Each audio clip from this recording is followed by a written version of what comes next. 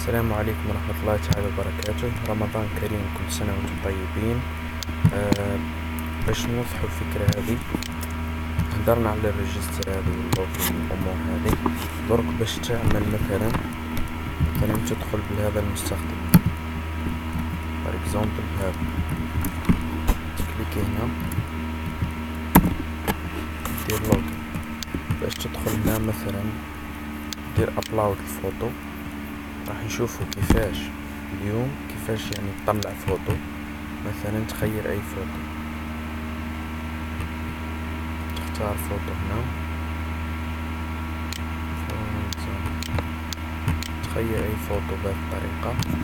تكتب هنا اي حاجة، مثلا تكليكي في البوطون هذه، تكليكي هنا. يعني هذا الجدول للتوضيح برك، يخرج لك يعني الامور اللي كتيبة وكذا ستاتيك. مثلا يخرجوا لك هذه، يخرجوا لك فوتوات. مثلا هذا الفوتو يزال،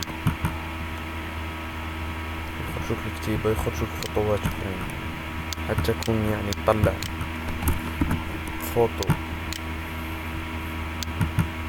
مثلا فوتو اخر. مثلا هنا تطلع اي فوتو for example هذا.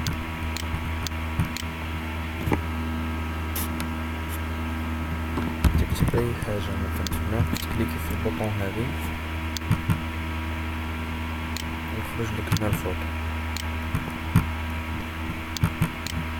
دوك نشوفو كيفاش تطلع يعني فوتو ولا حاجة. هنا ندخل هنا دركا العملية تاع التحميل تاع الفوتو. الحاجة اللي استخدمناها هي هذا ISP فايل ابلود. نحبسو طبعا السيت تاعنا منه، تكليكي في البوطون الحمراء هذه يحبس. طبعا السيت هذا مازال فيه نقائص، يعني فقط للتوضيح.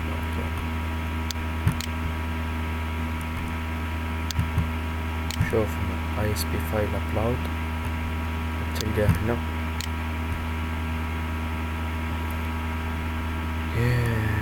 أين هي ISP فايل ابلود؟ تقريبا تلقاه فوق هنا.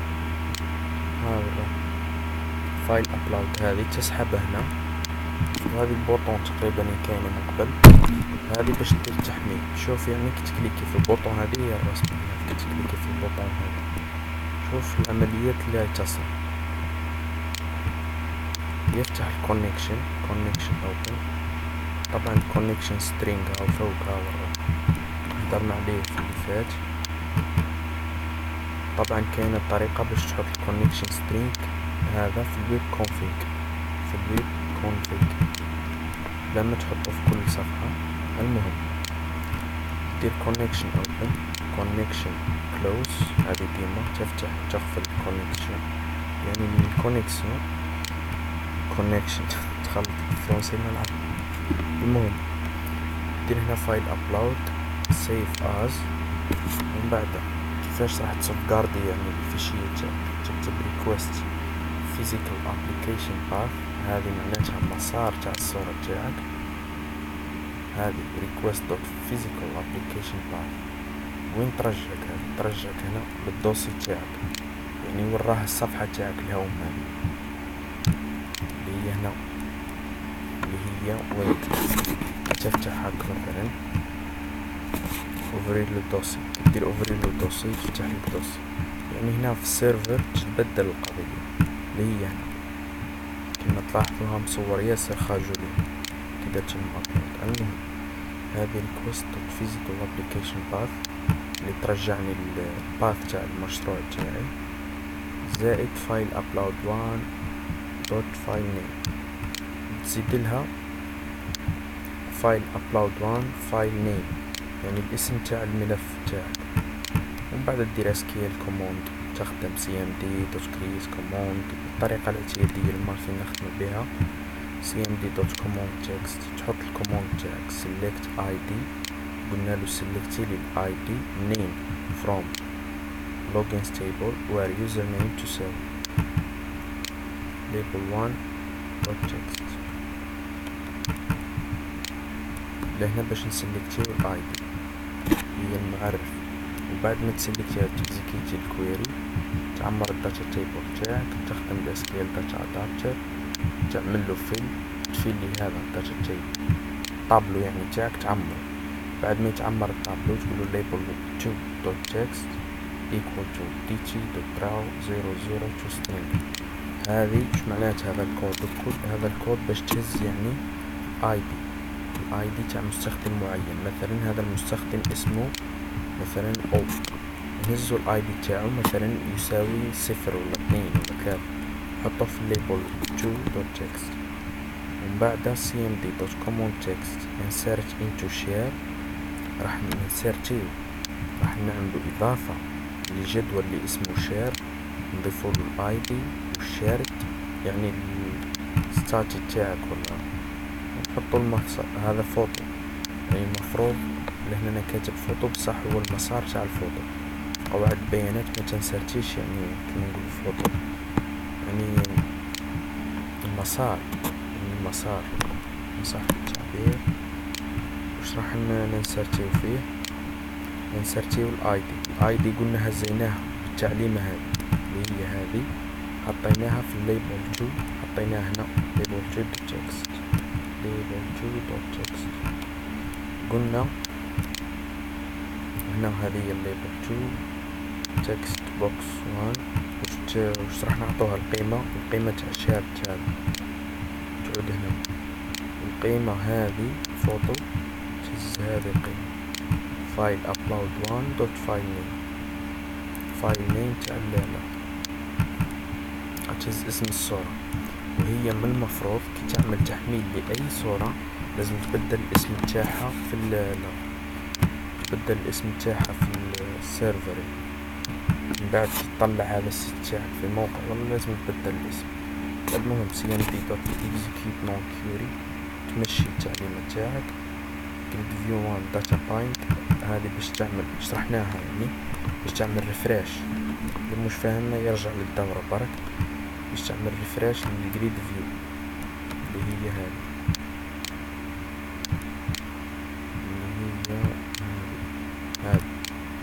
تعمل لها ريفريش. طبعا في الموقع مش حتحط له جريد فيو وتقول له ها وراه الكود وها وراه توري له معلومات الكود. هذه للتوضيح برك. cmd.common.text هذه select all from share where id، اللي هنا درنا select على الاي دي اللي هي الاي دي الموجودة في label 2.text. درنا execute non query ودرنا data da field data adapter هاي في عمر. وبعد R1 هذه دوكا نشرحها. هذه اللي هنا بالعرض، هذه اللي هنا قلنا له R1 اللي تمثل اللي هي هذه اللي تمثل يسموه الريبيتر. R1 معناتها ريبيتر، انا سميتها R1 داتا سورس. قلنا له مصدر البيانات يعني الداتا سورس تاعك هو دي تي هذا منين جا؟ هذا دي تي قلنا له da.fill da هذا ها كتب له ها da fill da SQL data adapter يعمر لنا الدي تي اللي هو الداتا تيبل. شغل رانا نعمرو في الجدول الكويري اللي قبله اللي هي هذه ايش معناتها؟ تهز الكويري هذه تكزيكيتيها ومن بعد تستخدم هذه التعليمة باش تعمر التيبل تاعك. ومن بعد تقول له R1 داتا سورس يساوي دي تي. علاه درنا هذه باش نقولو المصدر هو دي تي، R1 داتا بايند باش يعمل ريفريش. دوكا نروح نشوفو R1 هذه وش هي. هاي تدخل الهوا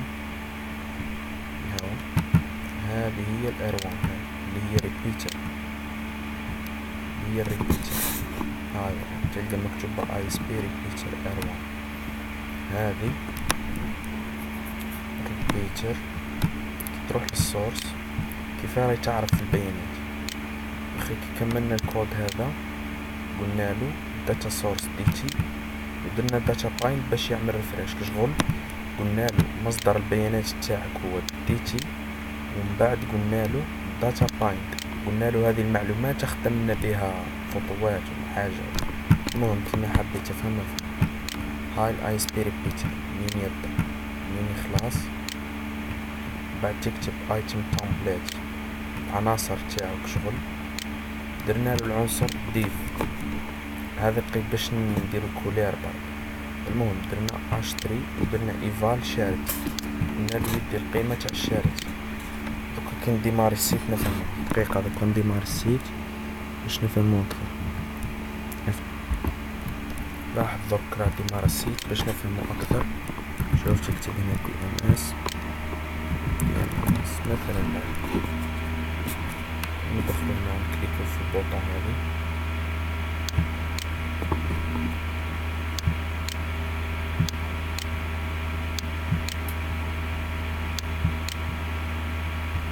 يدخل ها حطلنا الاسم تاعك. دوك مثلا تكتب حاجة انت نفرض راك درت هكا اي حاجة تختار فوطو هذه يسموها فايل ابلود. شفت كي تكليكي هنا يقولك اختار فيشية كي تكليكي فيها تخرج لك هذه النافذة يسموك شغل فايل ابلود. قد طلع فيشية من السيرفر مثلا خيرنا هذا الفوطو ولا هذا الفوطو ايا كان هذا الفوطو تكليكي في البوطون هنا يطلع لك الفوطو. شفت هذه اللي تجي فيها الفوطوات.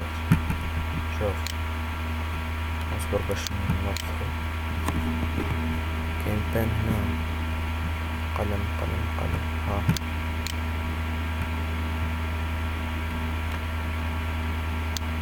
كيف راه يكتب حاول يكتب عادي هكا. المهم نلاحظ نكمل برك ونحاول. شوف بان مش ما نخدم بيه على كل حال. شوف هنا هذه كيما راهي شفت هذه كومبليت منا وهبط لتحت. هذه كل اي سبيريت بيتر. شفت هذه شغل هذه هنا تاني هذه الديف اللي راني دايره شغل هذا. كيفاش نحي البان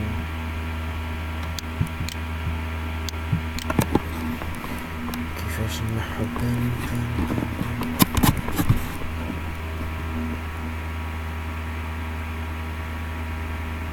اوكي اصبر نعمل بوز افت. اوكي قلنا هنا هذه اللي تبدا منا تهبط حتى لتحت هذه هي اللفظ حتى هنا لتحت.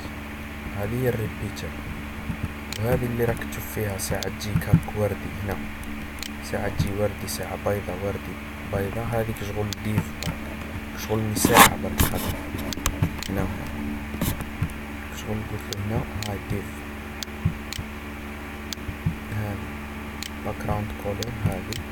وبعدها قلت له حط لي دير لي اشتري حط لي ايفال شارت.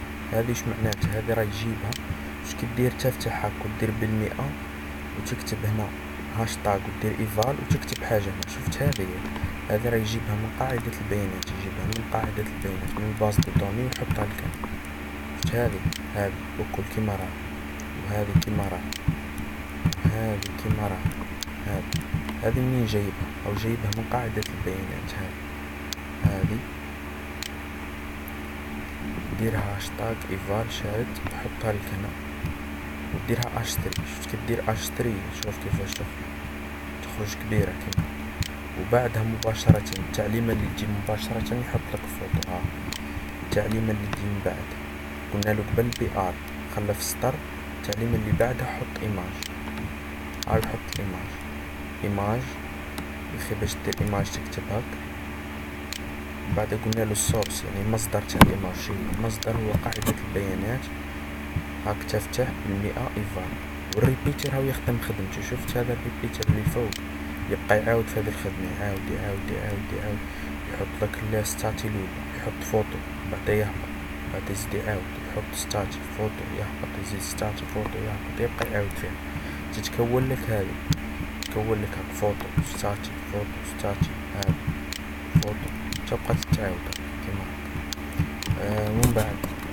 ومن بعد تفرم الديف، وهنا تفتح ديف هاي فارغة هذه الديف.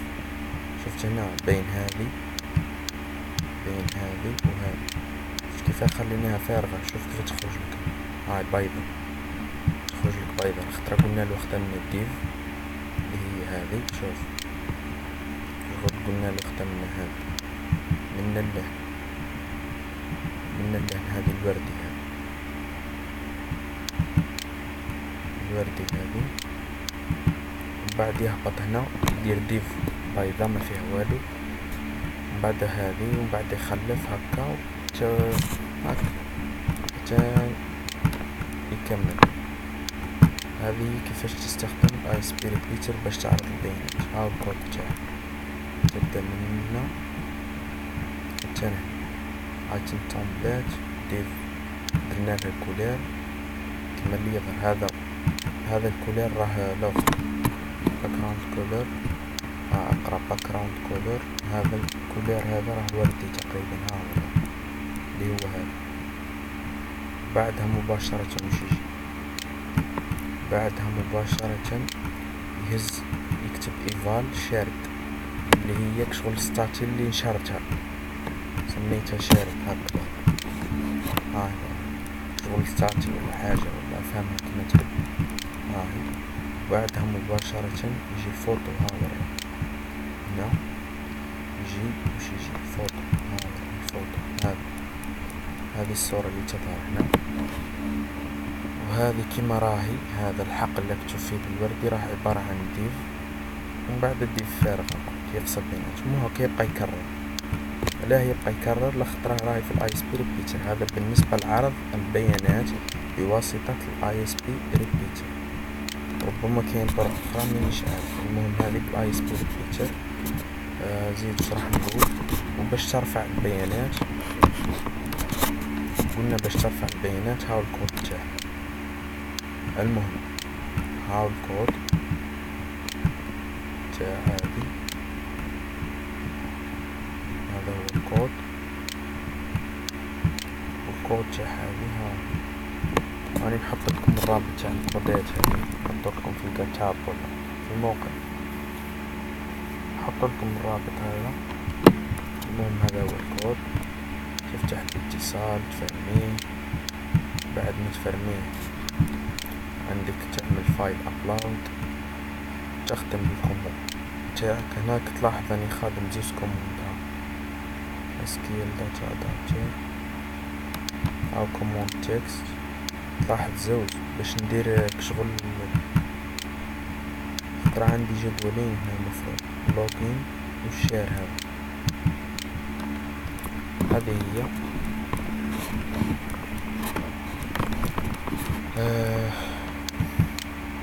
اللي ما فهمش حاجة والله اي مشكل والله، المهم there is no problem، يقدر فقط يعني يتواصل معنا، نقدروا نعاودوا هذا الدرس ولا نشرحوه اكثر. السلام عليكم ورحمة الله تعالى وبركاته.